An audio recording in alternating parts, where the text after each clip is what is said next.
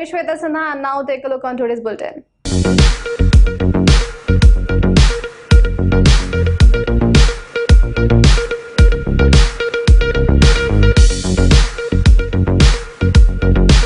Facebook, its messaging platform WhatsApp, and its photo sharing app Instagram were all hit by a massive outage, impacting millions of users worldwide before being restored after more than 6 hours. Facebook said late on Monday that it has been working for restored access to its services and is happy to restore. They are coming back online now.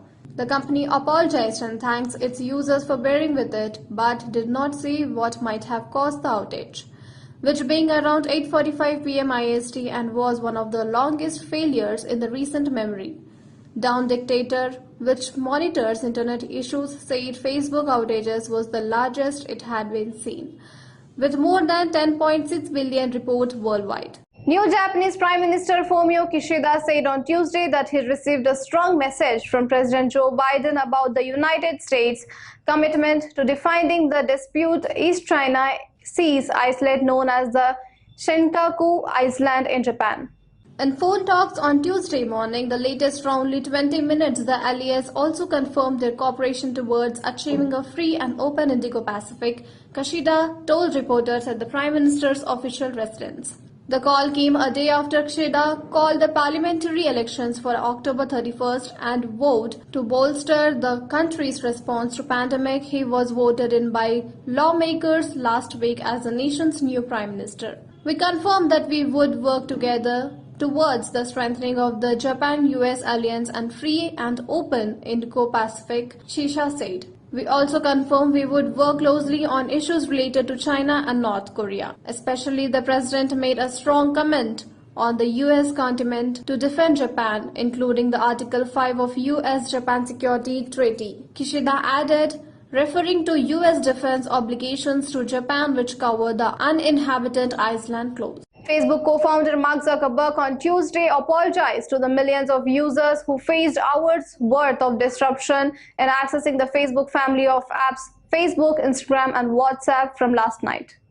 Expressing his regret to inconvenience, Zuckerberg took the Facebook following the disruption to let users know that the social media platforms are gradually coming back online now and that people should be able to access it after the nearly 6 hours disruptions that had been social media users in the standstill. Facebook, Instagram, WhatsApp, and Messenger are coming back online now, said Mark Zuckerberg. From his personal account on Facebook, sorry for the disruption today. I know how much you are really on our services to stay connected with the people you care about. Facebook, Instagram, and WhatsApp came back online only in earlier hour of Tuesday. After nearly 6 hours of the outage, the partially paralyzed the giant social media network on the internet, the Facebook family of apps went dark on Monday evening around noon in what the website monitoring group Down Dictator said was the largest such failure the platform had been ever seen.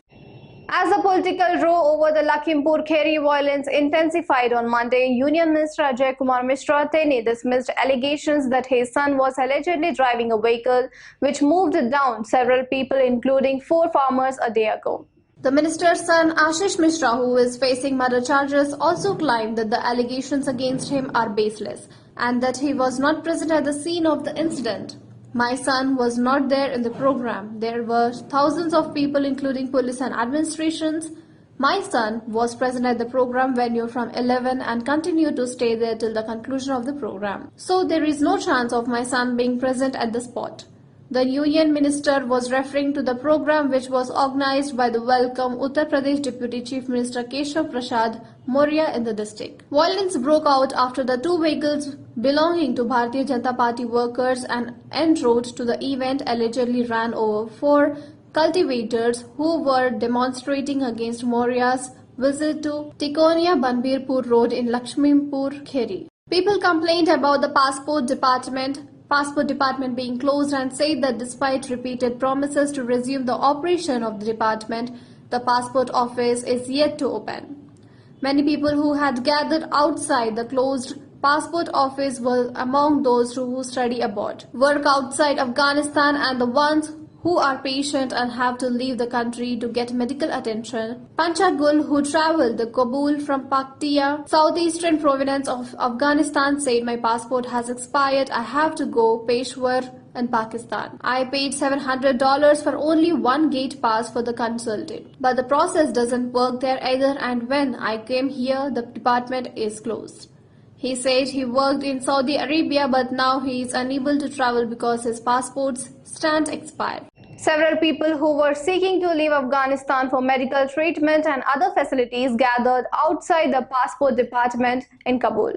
People complained about the passport department being closed and said that despite repeated promises to resume the operation of the department, the passport office is yet to open. Many people who had gathered outside the closed passport office were among those who study abroad, work outside Afghanistan, and the ones who are patient and have to leave the country to get medical attention. Panchagul, who traveled the Kabul from Paktia, southeastern province of Afghanistan, said, "My passport has expired. I have to go Peshawar in Pakistan. I paid $700 for only one gate pass for the consultant. But the process doesn't work there either, and when I came here, the department is closed." He said he worked in Saudi Arabia, but now he is unable to travel because his passport's stamp expired.